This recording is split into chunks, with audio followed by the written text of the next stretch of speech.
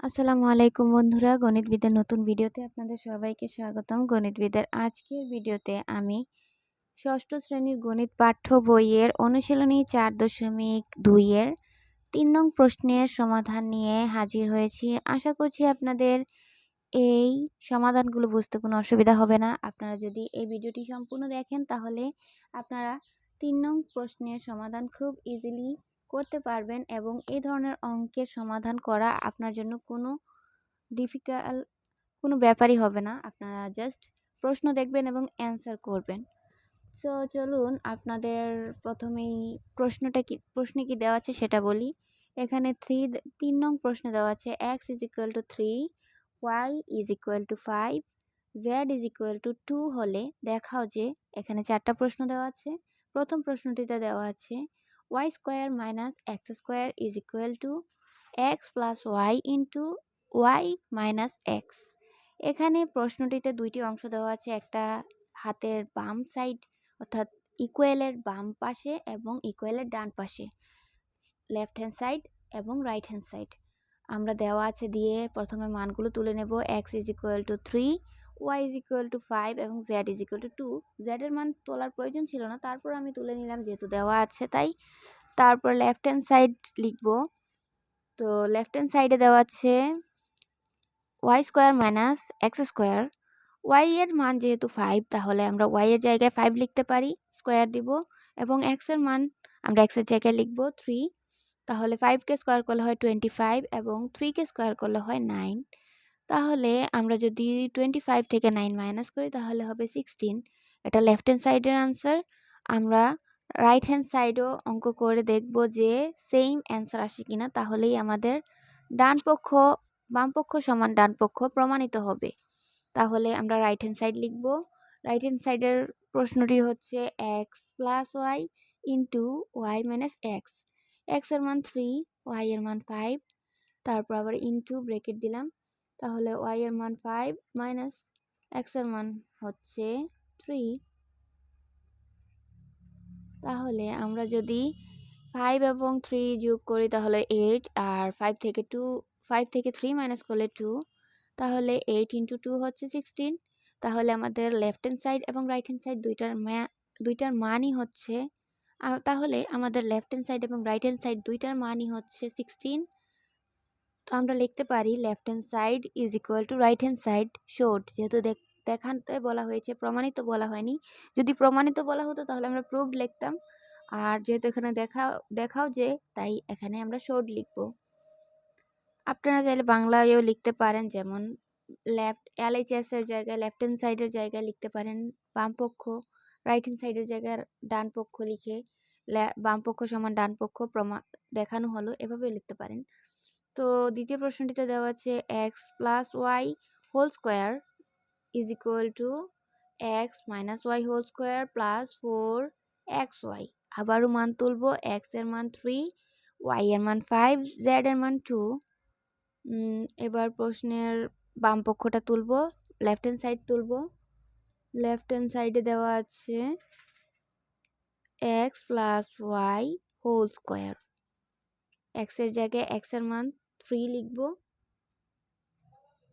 3 + 5, তারপর whole square.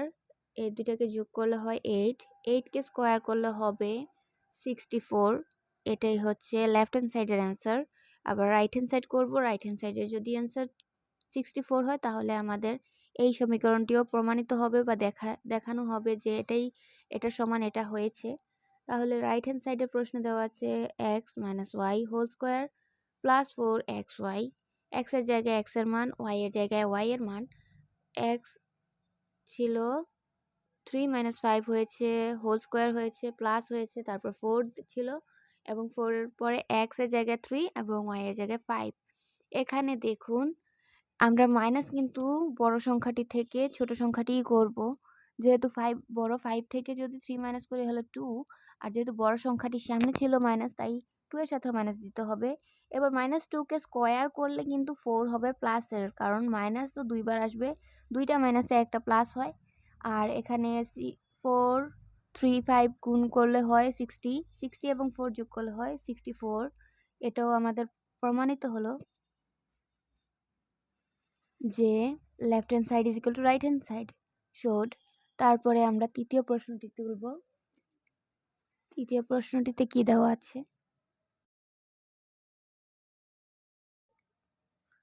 তৃতীয় প্রশ্নটিতে দেওয়া আছে y plus z whole square is equal to y square plus 2yz plus z square. এবার আবারও দেওয়া আছে, অংশটা তুলব। দেওয়া আছে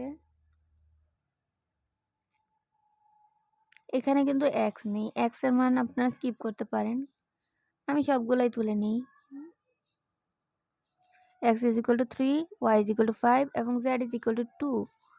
তো লেফট হ্যান্ড সাইডে দেওয়া আছে y plus z whole square. তো y এর মান হচ্ছে 5 প্লাস 2 হোল স্কোয়ার, তাহলে 7কে স্কোয়ার করলে হয় 49। তারপরে রাইট হ্যান্ড সাইড করব।